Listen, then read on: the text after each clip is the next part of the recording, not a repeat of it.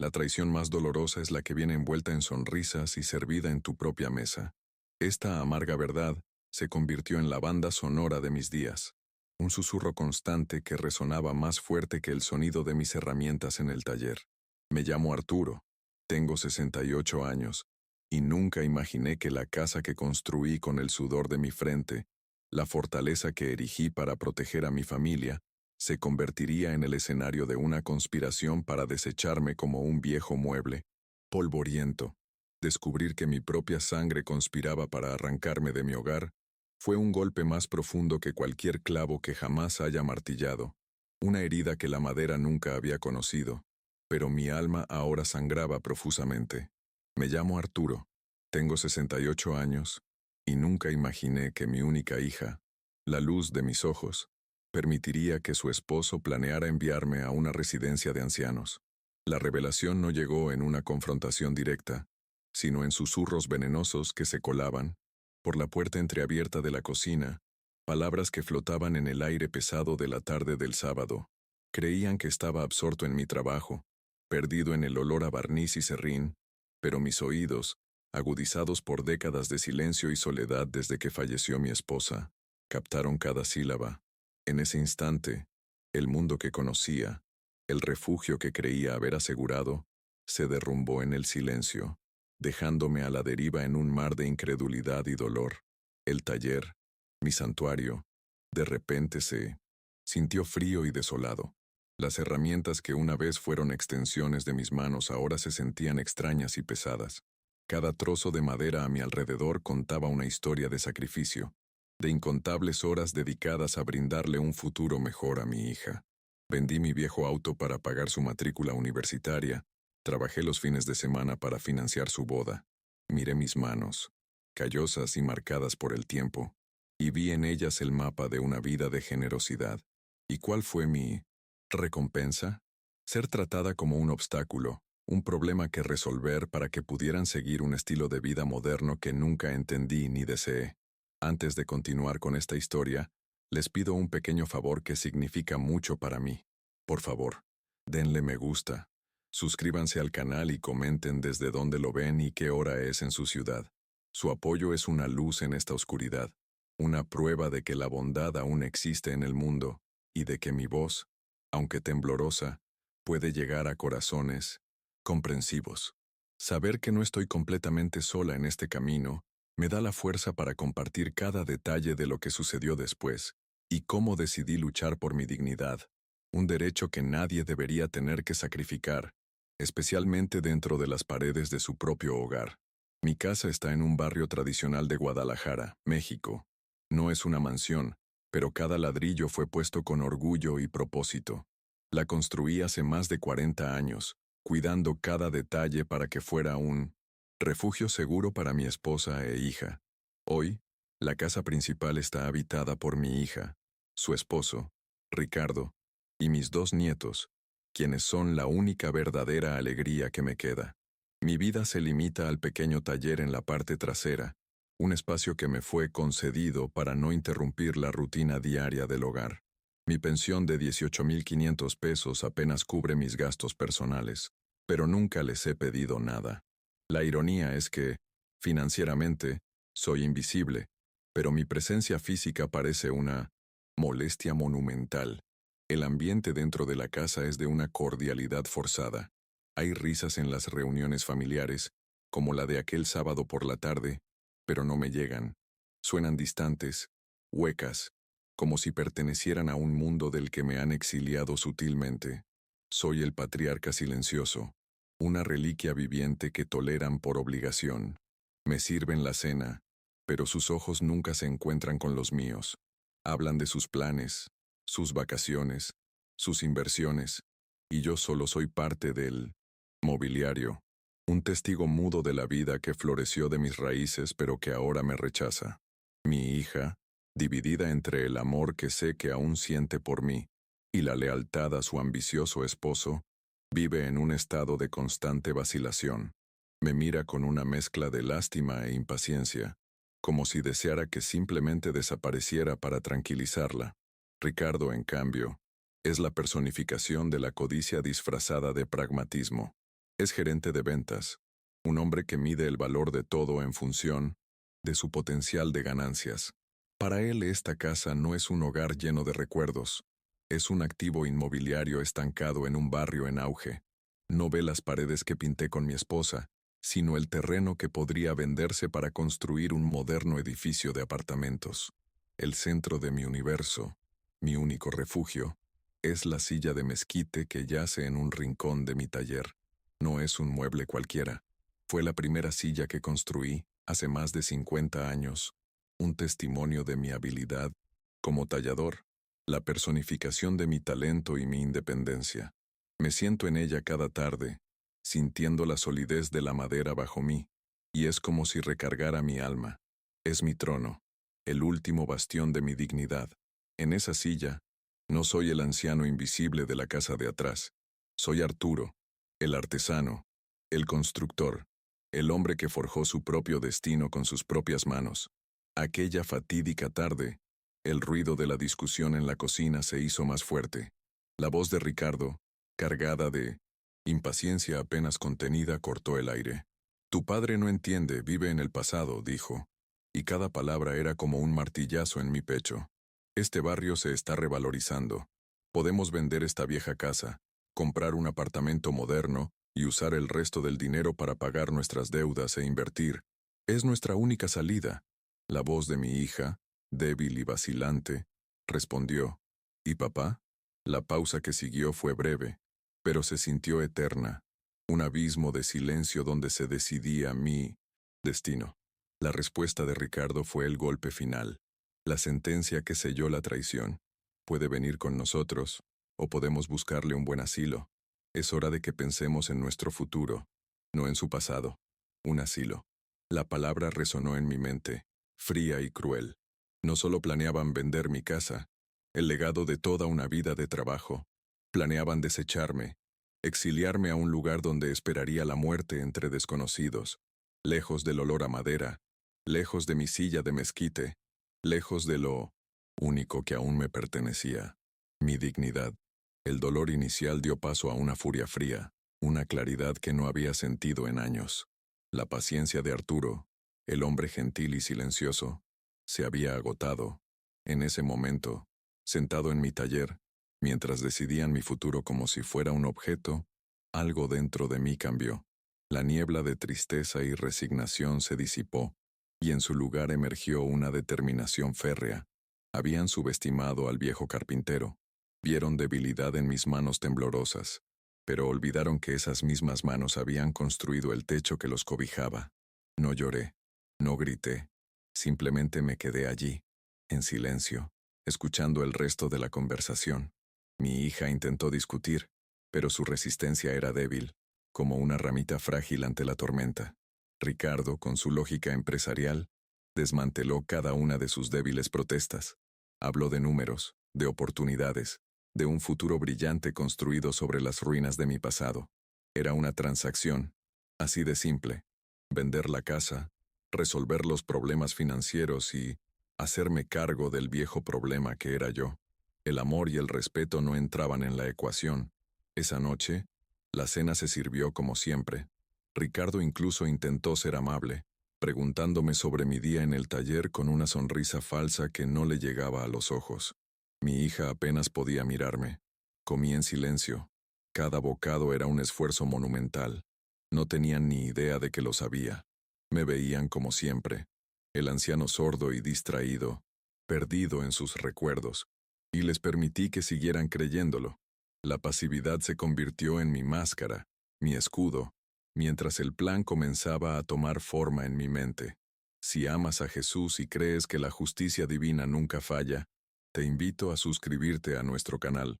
Tu suscripción es un voto de fe, una manera de unirnos en oración y esperanza, para que historias como la mía tengan un final justo. Al suscribirte, no te perderás futuras revelaciones, ni la continuación de este camino, donde la fuerza de la fe y la dignidad se alzan contra la avaricia y la ingratitud. Juntos, podemos mostrarle al mundo que los valores que Jesús nos enseñó, como el honor y el respeto a los padres, siguen siendo la base de una verdadera familia. Después de cenar me retiré a mi taller como siempre. Me senté en mi silla de mezquite, no como un hombre derrotado, sino como un rey planeando la defensa de su reino. El taller ya no era un refugio de soledad, se había convertido en mi cuartel general.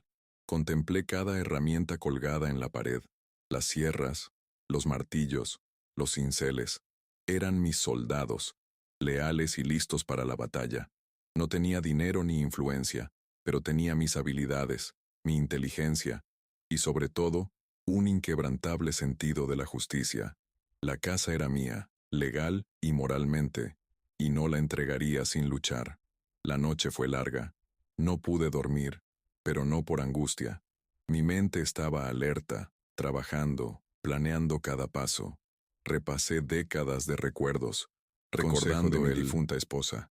Nunca dejes que nadie menosprecie tu valor, Arturo, solía decir. Eres un hombre de honor, y eso vale más que todo el dinero del mundo. Sus palabras, antes un dulce recuerdo, ahora eran un llamado a la acción. No solo luchaba por una casa, luchaba por la promesa que le hice, la promesa de mantener a nuestra familia y nuestro legado a salvo. A la mañana siguiente, una nueva calma me invadió. Me levanté antes que todos, preparé mi propio café y vi salir el sol, tiñendo el cielo de Guadalajara de colores de esperanza y renovación. Cuando Ricardo y mi hija finalmente despertaron, los traté con la misma cordialidad distante de siempre. No dejé entrever la tormenta que se avecinaba en mi interior. Se fueron a trabajar, dejándome sola en casa tal como lo había predicho. El escenario estaba listo. Era hora de que el viejo carpintero demostrara que sus manos aún sabían construir, pero también proteger. Con calma deliberada, caminé hacia la ferretería del IMMSM barrio. El joven dependiente me saludó con su habitual respeto. Buenos días, don Arturo. ¿Qué lo trae por aquí? Eché un vistazo a los estantes llenos de tornillos, bisagras y cerraduras. Quiero la mejor cerradura que tengan, dije con voz firme y clara. La más fuerte, la más segura. Me mostró una cerradura robusta y de alta seguridad. La compré sin dudarlo, junto con un nuevo juego de llaves. Fue una pequeña inversión, pero representó el primer paso para recuperar el control de mi vida.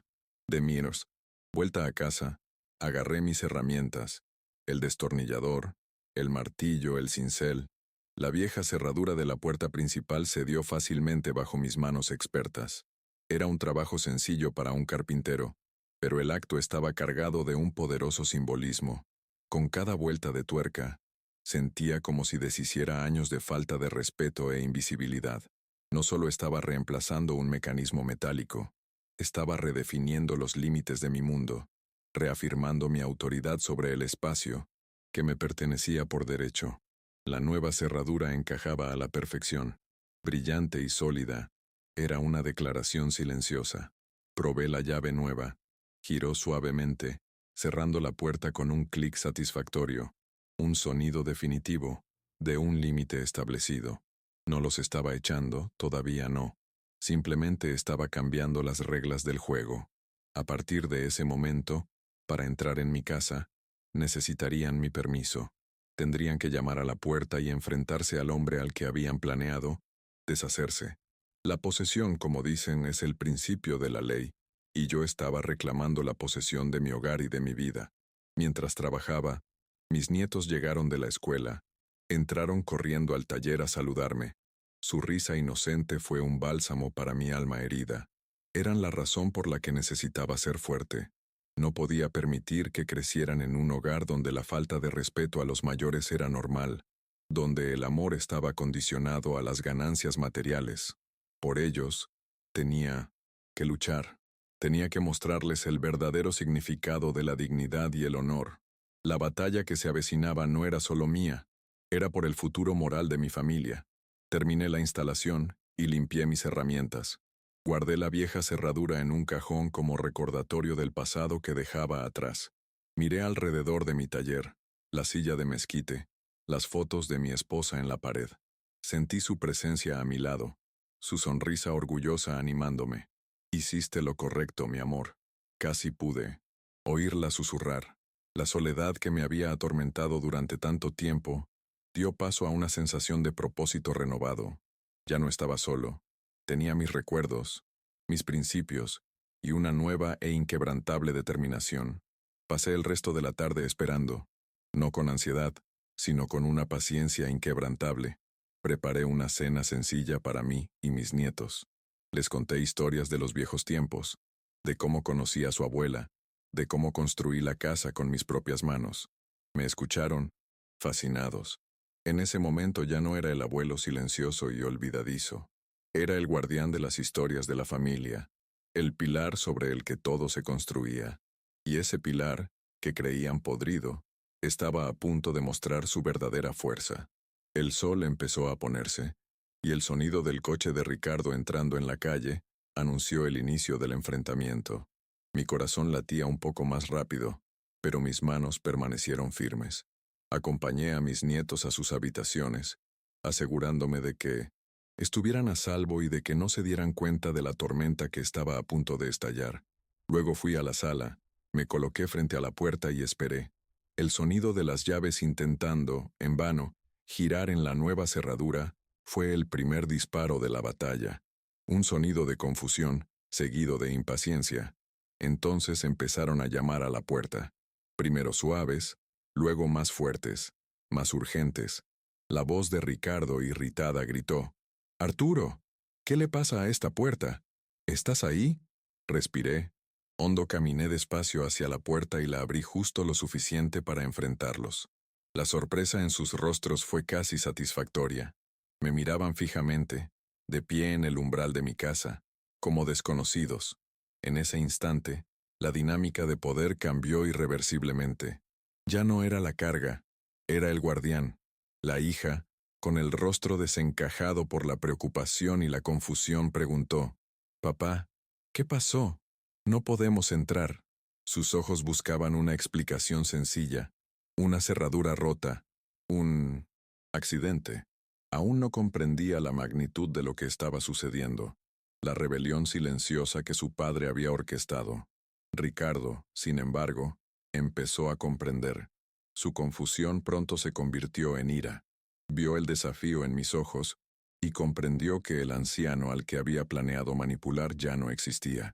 Los miré uno a uno, manteniendo la postura erguida. Mi voz, cuando finalmente hablé, no era fuerte, pero cargaba con el peso de toda una vida de dignidad reprimida. Da la casualidad Este sigue de que siendo mi hogar, dije con calma, y a partir de hoy las reglas han cambiado. Las viejas llaves ya no sirven porque las viejas faltas de respeto ya no se tolerarán aquí.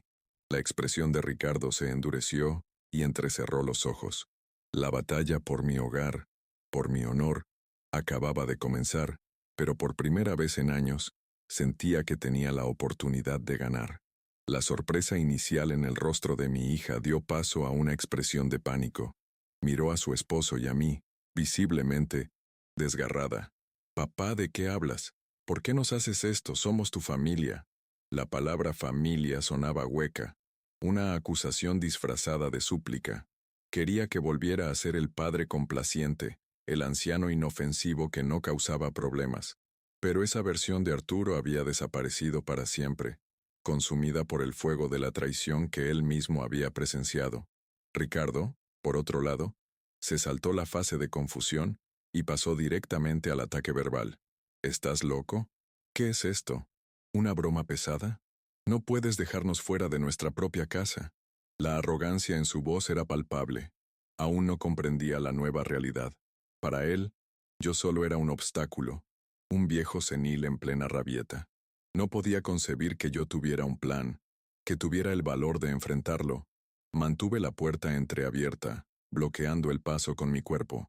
«¿Tu casa, Ricardo?», pregunté, dejando la pregunta en el aire. Que yo recuerde, cada pared de esta casa se construyó con mi sudor. Son mis invitados, y parece que han olvidado las reglas básicas de etiqueta y sobre todo la gratitud. Cada palabra fue cuidadosamente elegida, afilada como un cincel. No gritaba. Mi calma parecía desarmarlos más que cualquier arrebato de ira. En este momento, les pido nuevamente su apoyo, que es crucial para mí. Por favor, si aún no lo han hecho, comenten desde donde me están viendo. Me encanta leer cada comentario y ver el alcance de mi historia, creando una comunidad de apoyo mutuo. Saber que personas de diferentes partes del mundo están conectadas con esta lucha me da una fuerza inmensa para continuar. Su presencia, aunque sea virtual, me recuerda que no estoy sola en esta batalla por la dignidad y el respeto. La noche cayó por completo, envolviendo la escena en una tensa penumbra. Los vecinos empezaron a encender las luces, y supe que nuestra discusión pronto se convertiría en un espectáculo público. Esto me benefició. Ricardo, siempre preocupado por las apariencias, no querría armar un escándalo. La presión aumentaba. Intentó bajar el tono fingiendo falsa preocupación. Mira, Arturo, entremos y hablemos como personas civilizadas. Debes estar cansado. Quizá no estás pensando con claridad. Era una táctica clásica de manipulación. Cuestionar mi cordura, tratarme como a una niña. Pero estaba preparada. Estoy pensando con más claridad que nunca, Ricardo. Y la conversación se dará, pero en mis términos y a mi ritmo. Por hoy, la discusión ha terminado. Puedes buscar un lugar donde pasar la noche, y mañana, si estás dispuesta a escuchar con respeto, quizás podamos hablar. Decir esto, establecer un límite tan firme, fue como respirar aire fresco después de años de inmersión. La primera revelación sobre el alcance de mi determinación se había hecho, y las expresiones en sus rostros indicaban que el primer acto de esta dolorosa obra había terminado. Estoy escribiendo el bloque 2. Segundo acto. La incredulidad en el rostro de mi hija se convirtió en lágrimas. Papá, por favor, hace frío aquí. ¿Dónde vamos a dormir? Piensa en tus nietos. Era un intento desesperado de apelar a mi corazón, de hacerme sentir culpable, pero la imagen de ella, de pie junto al hombre que planeaba desecharme, debilitó su atractivo. Tus nietos están a salvo y durmiendo en sus camas en la calidez del hogar que construyó su abuelo. Respondí con voz firme. En cuanto a ti, Guadalajara es una ciudad grande, llena de hoteles. Usa parte del dinero que planeabas ganar con la venta de mi casa. Considéralo un adelanto para aprender el valor de la independencia. Ricardo dio un paso al frente, con la cara roja de furia. Esto es ridículo. No puedes hacer esto. Tenemos derechos, gruñó, desmoronándose la fachada de yerno preocupado para revelar al tirano que siempre había estado debajo. ¿Derechos? Repetí, con una sonrisa amarga en los labios. Es curioso que ahora hables de derechos, Ricardo. ¿Dónde estaban mis derechos cuando susurraste tus planes de internarme? ¿En una residencia de ancianos? ¿Dónde estaba mi derecho a vivir mis últimos años en paz en mi propia casa? Los derechos, querido, son una calle de doble sentido, y durante demasiado tiempo, en esta casa solo ha habido uno. Se quedó sin palabras por un momento, desconcertado por mi franqueza. La mención de la residencia de ancianos lo golpeó como un puñetazo. Miró a mi hija, quien apartó la mirada, con la vergüenza evidente en su rostro.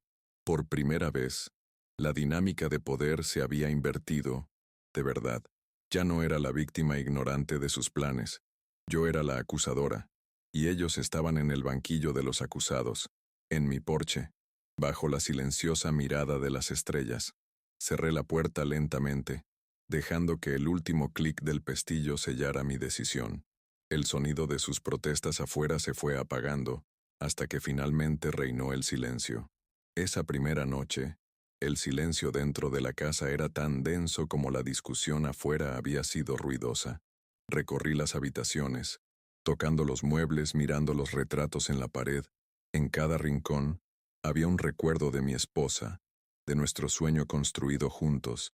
Recordé cuando compramos el terreno, un campo baldío lleno de promesas.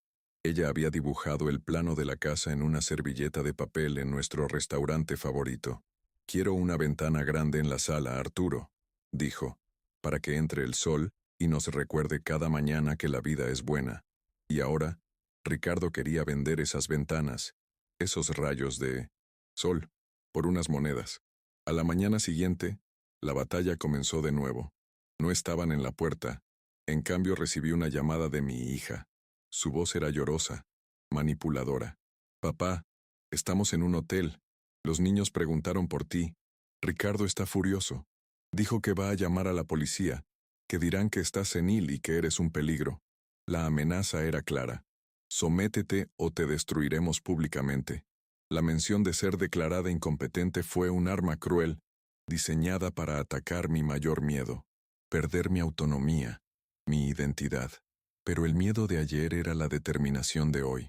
Que llame a la policía, querida. Respondí con una calma que ni siquiera sabía que poseía. Los recibiré con un café y la escritura de esta casa. La misma escritura que demuestra que cada centímetro de este lugar me pertenece. En cuanto a si soy un peligro, el único peligro aquí es para la avaricia de tu marido. Colgué el teléfono. Antes de que pudiera responder, me temblaban un poco las manos. No de miedo, sino de adrenalina. Se había declarado la guerra, y las armas preferidas eran la manipulación emocional y las amenazas legales. Necesitaba prepararme. Pasé el día organizando mis documentos. Encontré la escritura original, amarillenta por el tiempo, guardada en una vieja caja de metal junto con las fotos de mi boda y los primeros dibujos de mis nietos. Sostener ese papel en mis manos era como sostener la encarnación misma de mi vida. Cada cláusula, cada firma, contaba la historia de mis esfuerzos. También encontré los recibos de los materiales de construcción, las facturas de los muebles que yo mismo había diseñado y construido. Tenía pruebas, no solo legales, sino morales. Mi casa no era solo un activo, era mi diario, escrito en madera y ladrillo. Mientras revisaba los papeles encontré una carpeta que Ricardo había olvidado en una de sus visitas a mi taller. Mi instinto me dijo que la abriera.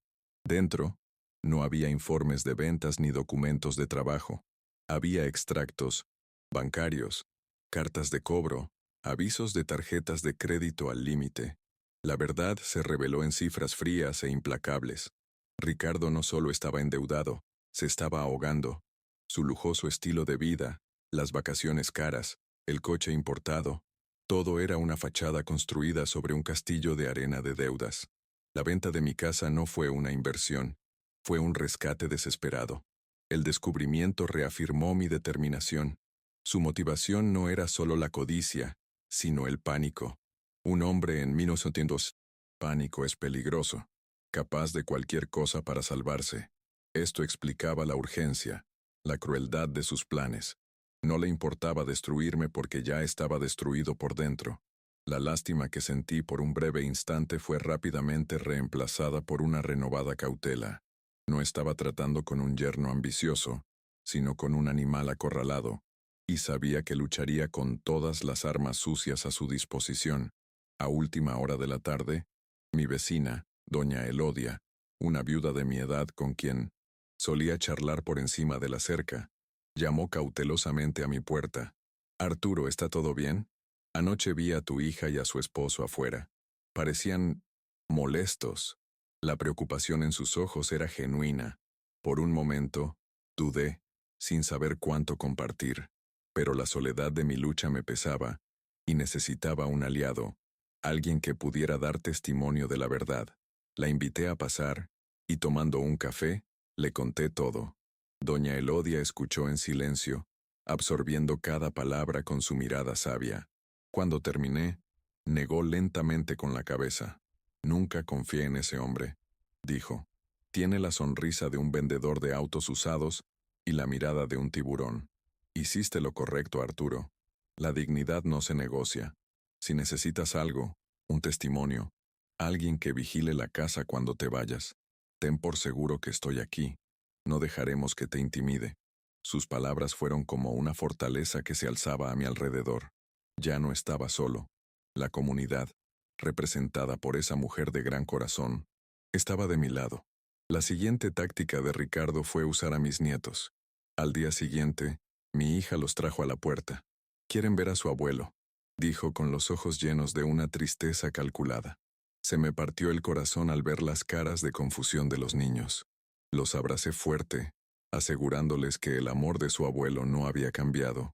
Los dejé entrar a jugar en la sala mientras mi hija y yo hablábamos en el porche. Fue un juego cruel, usar su inocencia como arma para hacerme ceder. «Papá, mira lo que les estás haciendo», susurró con lágrimas en los ojos. «No entienden por qué ya no pueden dormir en sus propias camas. Estás siendo egoísta». La palabra egoísta me impactó. Yo, que había dedicado cada fibra de mi ser a ella, a su bienestar, ahora era acusada de egoísmo. ¿Egoísta? Respondí en voz baja y tensa. ¿Fui egoísta cuando trabajaba de noche para que pudieras tomar clases de ballet? ¿Fui egoísta cuando renuncié a abrir mi propia mueblería para pagar tu universidad? No, hija mía. El egoísmo es querer vender el alma de tu padre para pagar un estilo de vida que no puedes permitirte. La conversación no llegó a ninguna parte.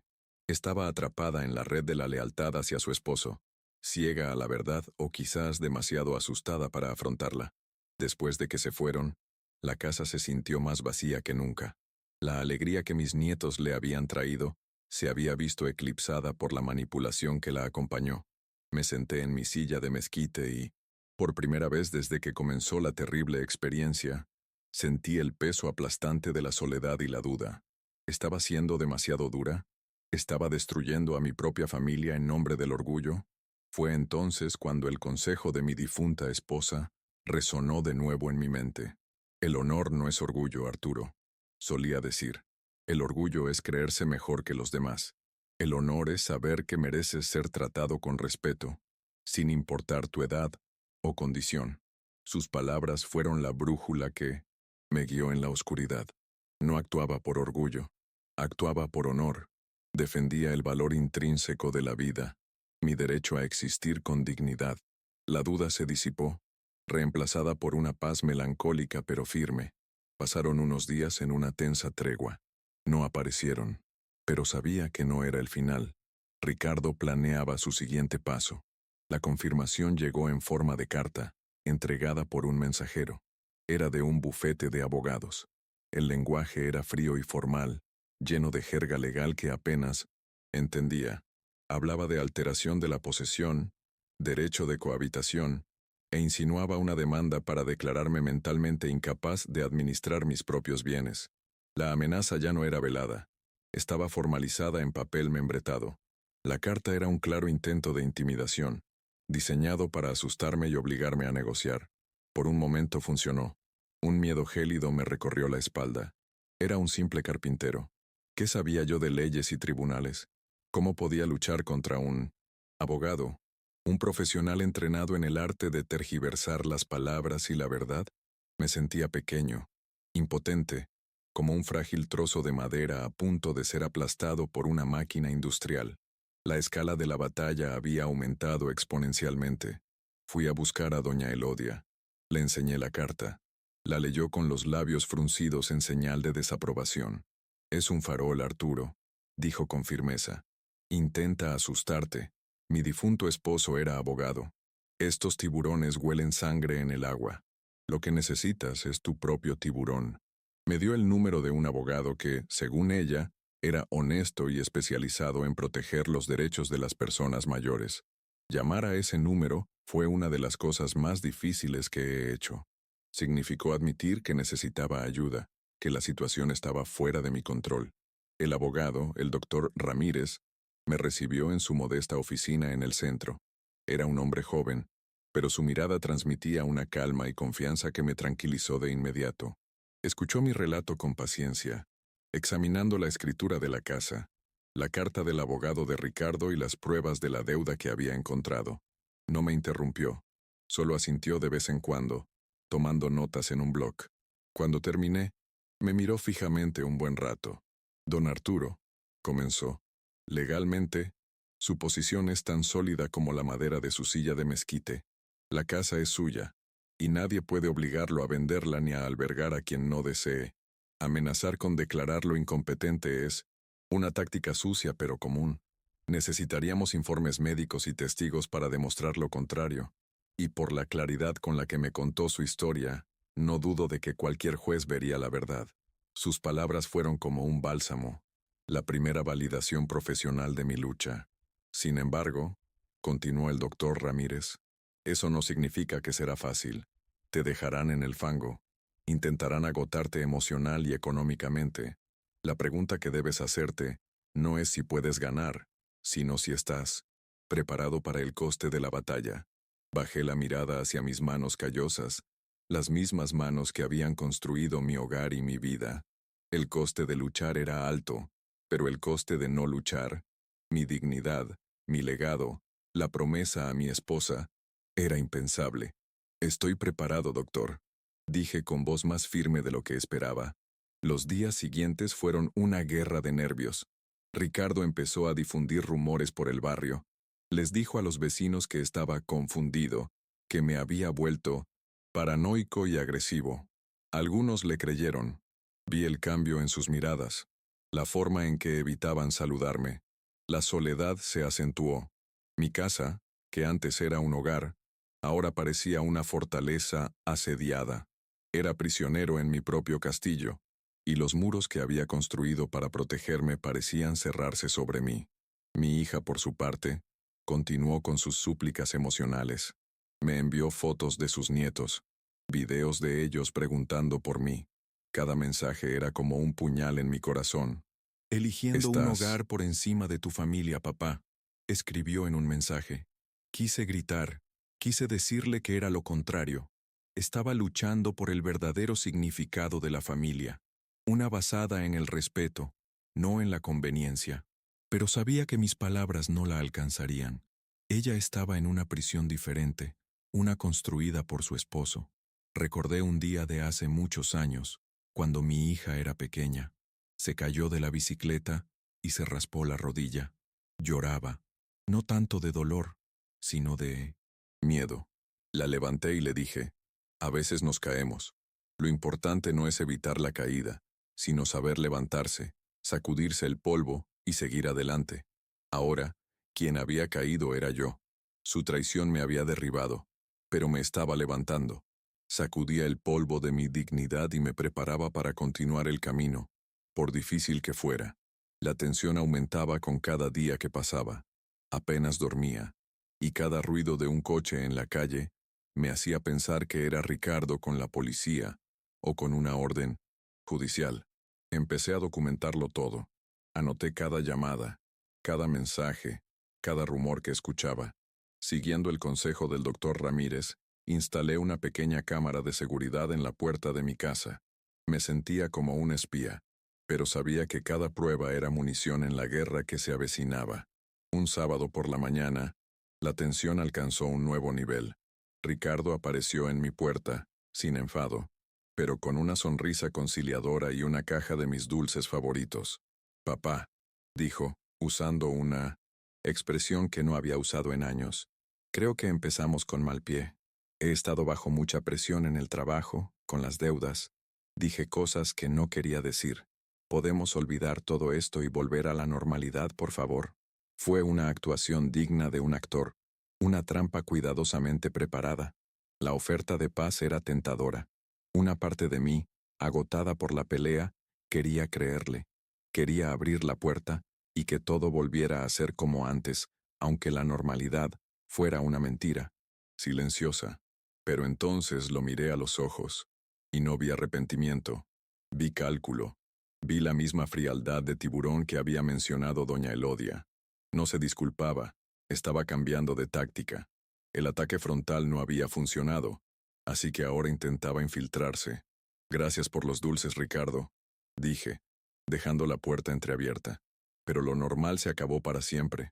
Lo normal se basaba en una mentira, en mi ignorancia de tus verdaderos sentimientos y planes. No podemos borrar lo que se dijo ni lo que se planeó. Si quieres hablar, la conversación debe ser sobre la verdad, por muy fea que sea, y debe incluir a tu abogado y al mío. La mención de mi abogado lo tomó por sorpresa. Su sonrisa se desvaneció por una fracción de segundo. Bingo. Su expresión cambió.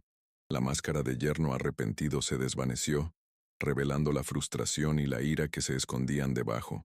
Así que ya está. ¿De verdad vas a seguir con esto? ¿Vas a destruir a la familia por un montón de ladrillos viejos? Su voz se alzó de nuevo.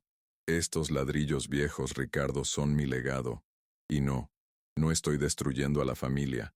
Estoy intentando salvarla de valores podridos como tu avaricia.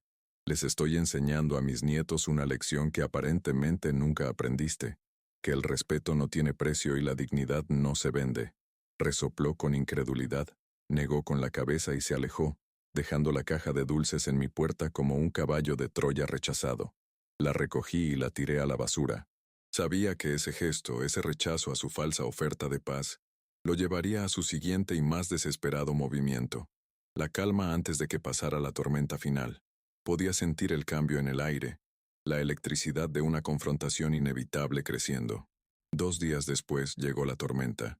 Ricardo y mi hija se presentaron en mi puerta, y esta vez no estaban solos. Los acompañaba un hombre de traje con un maletín de cuero. Tenía el aire arrogante e impaciente de quien cree que su tiempo es más valioso que mi vida. Arturo, dijo Ricardo con amenazante formalidad, este es mi abogado, el señor Gutiérrez. Nos gustaría hablar con usted. Ahora. No pedían permiso. Anunciaban un allanamiento. Sabía que este momento llegaría. Gracias al doctor Ramírez estaba preparado. Su abogado puede hablar con el mío. Respondí con calma. Pero no es bienvenido en mi casa sin una invitación formal o una orden judicial. El abogado, el señor Gutiérrez, dio un paso al frente, ajustándose la chaqueta. Señor, dijo con una condescendencia que me irritó profundamente. Estamos tratando de resolver esto amistosamente. Mi cliente y su esposa tienen derecho a residir en esta propiedad. Su negativa a permitirles el acceso es ilegal. Lo único ilegal aquí, repliqué mirándolo fijamente a los ojos, es intentar obligar a una persona mayor a renunciar a sus bienes y derechos. Conozco la ley, señor, y sé que esta casa, registrada con el número 41521 en el Registro Civil de Guadalajara, me pertenece. Exclusivamente a mí. No tiene derecho a entrar sin mi permiso. La exactitud de mi información, el hecho de haber citado el número de registro, los desconcertó. No esperaban que estuviera tan bien informado.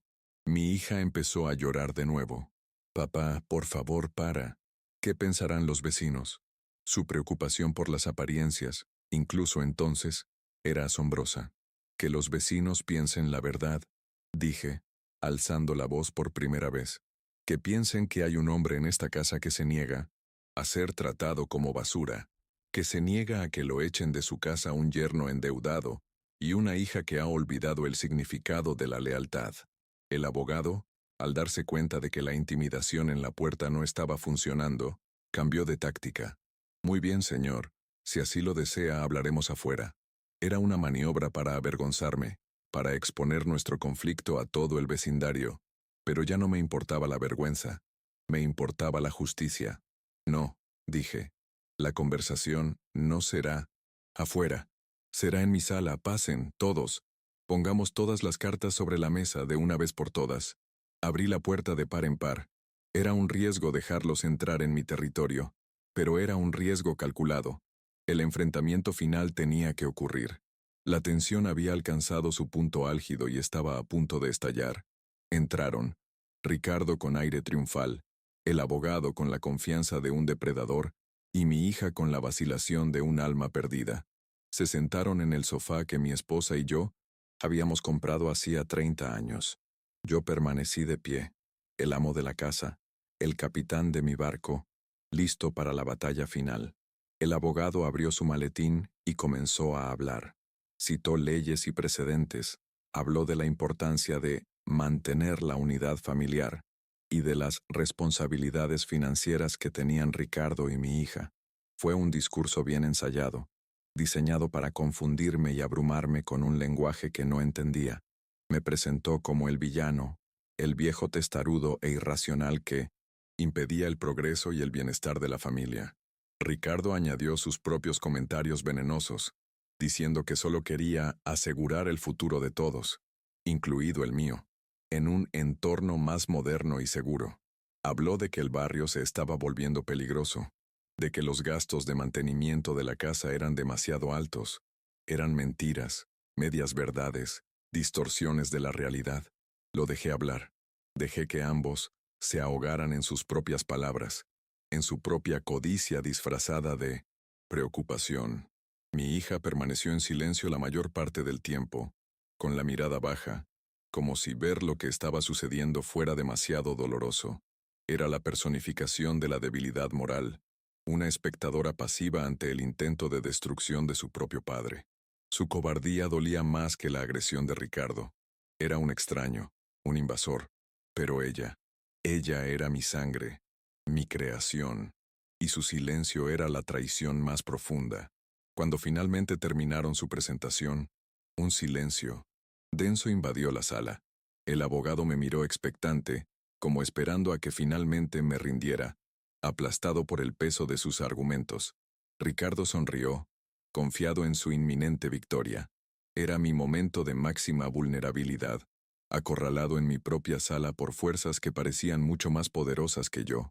Era el punto más bajo, el momento en que la indignación del espectador, de quienquiera que presenciara mi historia, debería haber alcanzado su punto máximo, y era precisamente el punto en el que se revelaría mi verdadera fuerza. Los dejé saborear lo que creían su victoria durante un largo y pesado minuto. El silencio en la habitación era denso, solo se llenaba con su respiración y el latido constante de mi propio corazón. Contemplé el retrato de mi esposa en la pared. Su dulce sonrisa parecía darme la fuerza final que necesitaba.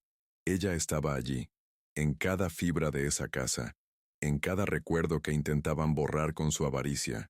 El dolor de la traición de mi hija era una brasa, ardiente en mi pecho, pero sobre él, una capa de determinación fría como el acero se solidificó. Ya no era cuestión de ira, sino de justicia. Era hora de que el tallador diera el golpe final, no con un martillo, sino con la verdad. Sin decir palabra, les di la espalda y salí de la habitación. Oí a Ricardo soltar una risa baja y petulante, probablemente diciéndole a su abogado que el viejo finalmente había perdido la cabeza. Les dejé creerlo. Crucé el patio trasero y entré en mi taller, mi santuario. El familiar olor a madera y barniz me envolvió como un abrazo. Fui a mi viejo banco de trabajo, donde, bajo una pila de proyectos sin terminar, yacía la caja de metal. La abrí. Dentro, sobre las fotos y los recuerdos, estaba la escritura original de la casa. Recogí el documento, amarillento por el tiempo, cuyos frágiles pliegues contenían la fuerza de toda una vida. Regresé a la sala, sosteniendo el papel con una reverencia silenciosa. La satisfacción en sus rostros flaqueó al verme, reemplazada por una cautelosa curiosidad. Me acerqué a la mesa de centro, la misma que le había hecho a mi esposa como regalo de aniversario, y coloqué la escritura sobre la superficie de madera pulida. El documento, frágil y antiguo, parecía tener más peso y autoridad que el brillante maletín de cuero del abogado. El pasado que tanto deseaban enterrar estaba ahora, literalmente, sobre la mesa, entre nosotros. Miré directamente a Ricardo, ignorando al abogado por un momento. Mi voz era tranquila, pero con una resonancia que llenó la habitación. Esta casa no está hecha de ladrillos y cemento, Ricardo. Está hecha de mis manos, de mis sacrificios y de las promesas que le hice a mi difunta esposa en este mismo lugar. Hablas de futuro, de inversiones, de apartamentos modernos, pero has olvidado que para construir un futuro, primero hay que respetar el pasado. Hice una pausa, dejando que mis palabras calaran en la conciencia culpable de mi hija, que ahora me miraba con los ojos muy abiertos. La casa es mía, continué, mi voz cobrando fuerza con cada sílaba. Son mis invitados, y a partir de hoy, la gratitud será la renta, una renta que claramente no pueden pagar. La metáfora era directa, una transacción que incluso la mente empresarial de Ricardo podía entender. El poder en la sala había cambiado de forma tan palpable que era casi físico. El abogado se aclaró la garganta, intentando recuperar el control, pero no lo dejé. Aún no había terminado. Y en cuanto a sus amenazas legales, señor Gutiérrez, dije, dirigiéndome al abogado con una mirada firme, no estoy desinformado ni desprotegido. He consultado a mi propio abogado, el doctor Ramírez, quien me aseguró la solidez de mi posición. Tiene copias de todos mis documentos, incluyendo algunas cartas de cobro muy interesantes en nombre de su cliente. Cualquier intento de declararme incompetente se enfrentará a una demanda por acoso, difamación y coacción a personas mayores. Estoy seguro de que eso no quedaría bien en su historial profesional. El rostro del abogado palideció. La mención de un colega y las deudas de Ricardo cambió por completo el panorama. Ya no estaba tratando con un viejo ignorante. Estaba tratando con un adversario preparado. Miró a Ricardo con enojo, visiblemente irritado por no haberle dicho toda la verdad. Su alianza, basada en mentiras y en la subestimación de su víctima, empezó a resquebrajarse allí mismo, en mi sala. Fue en ese momento que mi hija finalmente se derrumbó. El sonido de sus sollozos rompió la tensión. «Padre, perdóname», susurró, con las palabras ahogadas por las lágrimas. No sabía qué hacer. Ricardo dijo que estábamos perdidos, que esta era la única salida. Se levantó y, en un gesto que sorprendió a todos, especialmente a su esposo, se acercó a mí y se arrodilló, abrazándome las piernas como lo hacía cuando era una niña asustada. «Por favor, perdóname». Su gesto fue la última grieta en la armadura de Ricardo. La vio no a su lado, sino al mío, y en su derrota emergió su verdadera naturaleza. «Levántate, idiota», le gritó. «No seas patética. Solo es un viejo testarudo que está arruinando nuestro futuro». El veneno en su voz, la crueldad de sus palabras hacia su propia esposa, expusieron la podredumbre de su carácter a la vista de todos. Ese fue su último error. No solo me había atacado a mí, había atacado a la madre de mis nietos delante de mí. Levanté con cuidado a mi hija y la puse de pie a mi lado. Se aferró a mi brazo. Temblando, miré a Ricardo no con ira, sino con una frialdad cortante. «Tu definición del futuro no me interesa, Ricardo, y a partir de este momento, ya no eres bienvenido en esta casa. Empaca tus cosas y vete». La orden fue definitiva, pronunciada con la autoridad incuestionable del patriarca que había retomado su trono. El abogado, al ver que el caso estaba perdido y su reputación en peligro, se levantó rápidamente. «Mi cliente y yo nos retiramos por ahora», dijo con rigidez, agarrando su maletín y prácticamente corriendo hacia la puerta. Ya no quería ser parte de este desastre. Ricardo se quedó atrás, con el rostro convertido en una máscara de odio e incredulidad. «No hablarás en serio», dijo con voz grave y gruñona. «¿A dónde voy?» «De verdad, Ricardo, esto ya no es mi problema», respondí, caminando hacia la puerta y abriéndola de par en par. «Tienes 40 años. Ya es hora de que aprendas a construir tu propio futuro, en lugar de intentar robarle el pasado a alguien». Menis dirigió una mirada que prometía venganza, pero no había fuerza detrás de ella. Estaba derrotado. Sin el apoyo de mi hija, y ante la perspectiva de una batalla legal que no podía ganar, se sentía impotente. Subió las escaleras, empacó una maleta con furia y ruido, y bajó unos minutos después. Al pasar junto a mi hija, se detuvo. «Te arrepentirás de esto», le espetó. Ella no respondió. Simplemente se encogió más cerca de mí. Cerró la puerta de golpe. El sonido resonó por toda la casa como el final de un capítulo terrible. El silencio que siguió no fue pesado, sino ligero. Era el silencio de la paz, de la tormenta finalmente terminada. Mi hija y yo nos quedamos un buen rato en la sala. Sus lágrimas se acallaron. Había tanto que decir, tanto que sanar, pero por ese momento, el silencio fue suficiente. La acompañé al sofá. «Vamos a ir despacio, hija mía», le dije en voz baja. «Un día a la vez. La resolución no sería instantánea. La confianza se había roto y tomaría tiempo reconstruirla. Pero por primera vez, había esperanza. El resultado inmediato no fue su expulsión. Era mi hija y, a pesar de todo, la amaba. Pero las condiciones de su estancia habían cambiado para siempre. Ya no era la dueña de la casa junto a su esposo. Era una invitada que vivía bajo las reglas de su padre, con la obligación de recuperar el respeto perdido. La casa seguiría albergándola a ella y a mis nietos, pero la autoridad se había restablecido de forma clara e incuestionable. En los días siguientes, se empezó a forjar una nueva rutina. Mi hija, humilde y arrepentida, empezó a ayudarme más, a hablarme, a verme de verdad. Empezó a cocinar las comidas que solía preparar mi esposa, un pequeño gesto que significó mucho. El camino hacia el perdón sería largo, pero se estaban dando los primeros pasos. Se había confrontado la injusticia, y el cambio de rumbo del patriarca era completo, al menos en su fase inicial.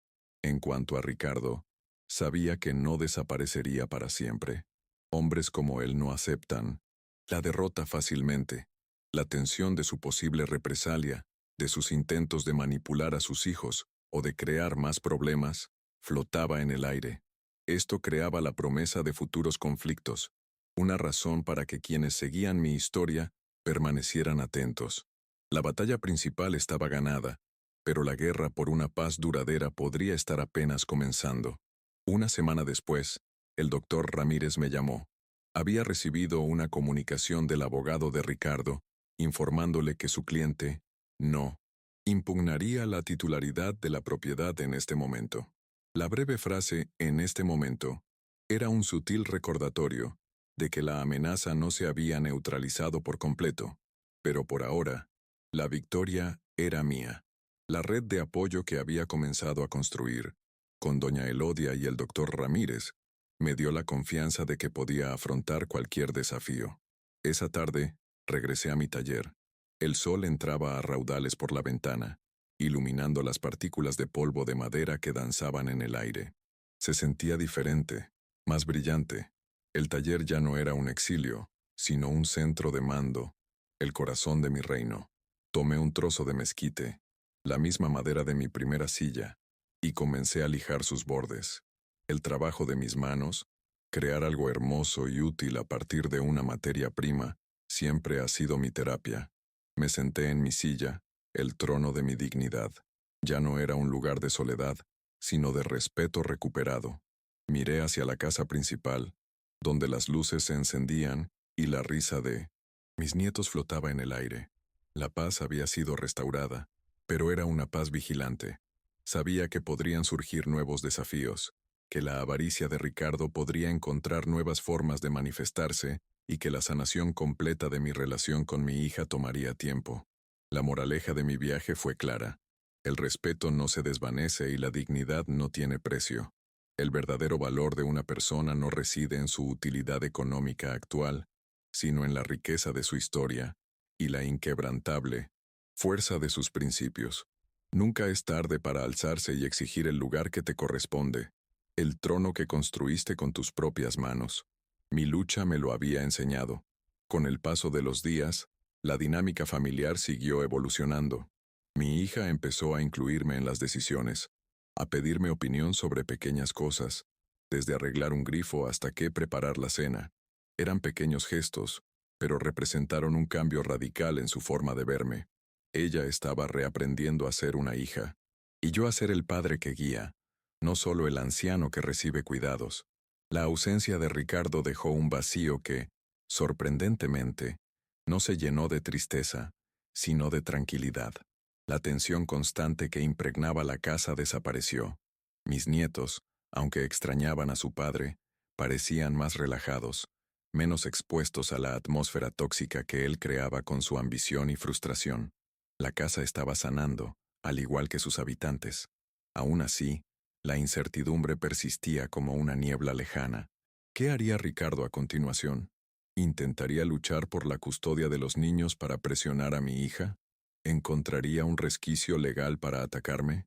Estas preguntas mantenían viva la tensión, la promesa de que la historia aún no estaba completamente resuelta. La satisfacción de mi victoria era real, pero la paz completa aún parecía un horizonte inalcanzable. Una tarde, mi hija entró al taller y se sentó en un pequeño taburete de madera frente a mí. Papá, dijo, encontré los extractos bancarios. No tenía ni idea de lo mal que estábamos metidos. Me mintió sobre todo. Fue una confesión, un intercambio de información que restableció un vínculo de confianza. Empezaba a ver el mundo con sus propios ojos, no a través del filtro manipulador de su marido. Esta revelación abrió una nueva línea de conflicto potencial. Juntos, tendríamos que afrontar las consecuencias financieras de las acciones de Ricardo mientras protegíamos el futuro de mis nietos. La batalla por la casa había terminado, pero la lucha por la estabilidad financiera de la familia apenas comenzaba. Esto aseguró que la historia pudiera continuar, con nuevos desafíos que superar. Terminé mi jornada laboral y, como siempre, me senté en mi silla de mezquite. Observé mis manos, no como un signo de envejecimiento, sino como un testimonio de resiliencia. Habían construido, protegido y luchado. Habían recuperado el control. El viaje había sido doloroso, pero me había devuelto algo que ni siquiera sabía que había perdido por completo: mi autonomía, mi poder de decidir mi propio destino. La historia se resolvió, pero no terminó. Se había logrado justicia inmediata, pero la verdadera paz aún se estaba construyendo. Había esperanza en mi renovada relación con mi hija, pero tensión en la persistente amenaza de Ricardo. Había satisfacción en mi dignidad recuperada, pero curiosidad por los desafíos que traería el futuro. La casa estaba a salvo, el patriarca había regresado a su trono, y el siguiente capítulo, aunque no escrito, prometía ser tan cautivador como el anterior.